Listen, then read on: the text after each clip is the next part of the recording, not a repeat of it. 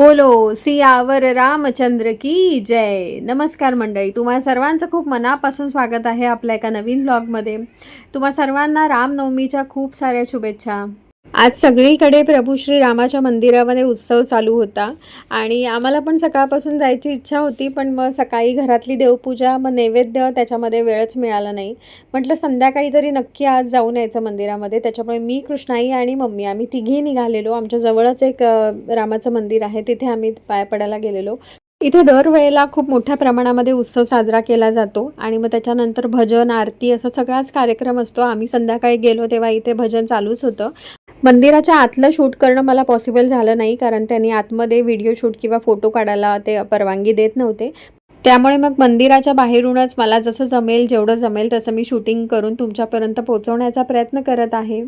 तर चला तर मंडळी, आपण आता भेटू आपल्या पुढच्या व्लॉगमध्ये. बोला जय श्रीराम.